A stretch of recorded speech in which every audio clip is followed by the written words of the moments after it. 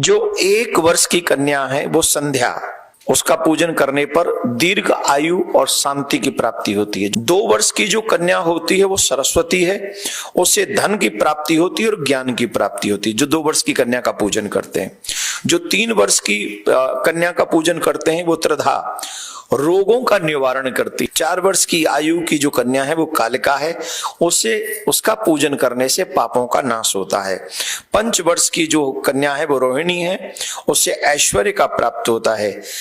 6 वर्ष की जो कन्या है वो चंद्रिका है, कालिका है, उससे शत्रु जो लगता है ना हमारे शत्रु हमारे पीछे पड़े हैं उनको शत्रुओं पर विजय प्राप्त हो जाती है।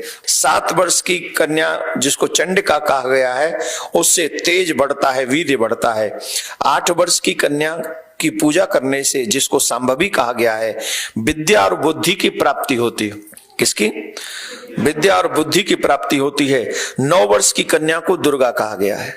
9 वर्ष की कन्या को दुर्गा कहा गया है जो किसी भी प्रकार के संकट का नाश कर देती है और उसे उसके जीवन में विजय प्राप्त कराती है। 10 वर्ष की कन्या को सुभद्रा कहा गया है